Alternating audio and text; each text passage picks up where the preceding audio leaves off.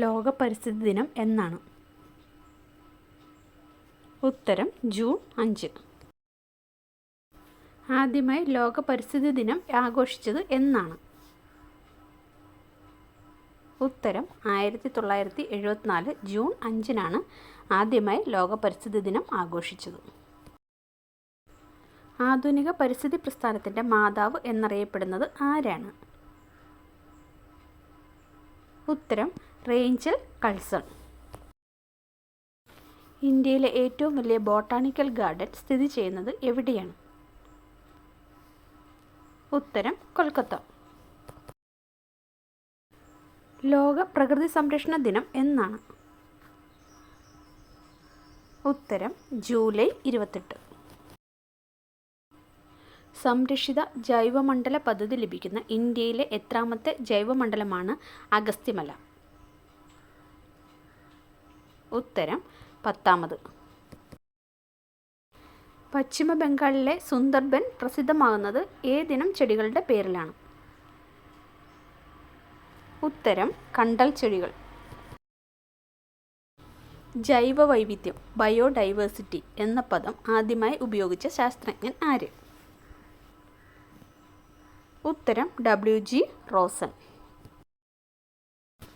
ഇന്ത്യയിൽ പരിസ്ഥിതി സംരക്ഷണ നിയമം വന്നത് ഏത് വർഷം? ഉത്തരം 1986.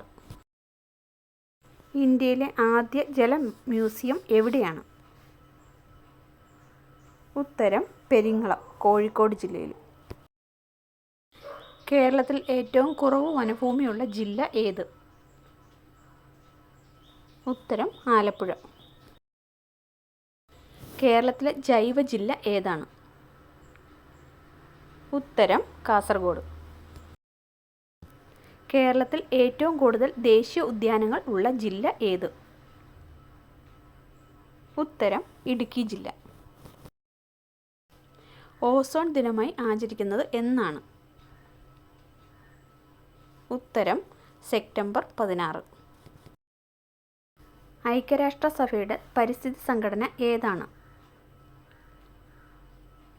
ഉത്തരം യുണൈറ്റഡ് നേഷൻസ് എൻവയോൺമെൻറ്റ് പ്രോഗ്രാം. ലോക ഭൗമദിനമായി ആചരിക്കുന്നത് എന്നാണ്?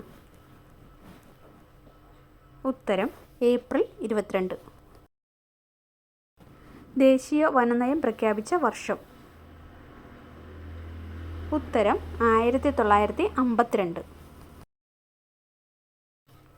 ജൈവ വൈവിധ്യ രജിസ്റ്റർ പുറത്തിറക്കിയ കേരളത്തിലെ ആദ്യ ജില്ല ഏതാണ്? ഉത്തരം വയനാട് ജില്ല.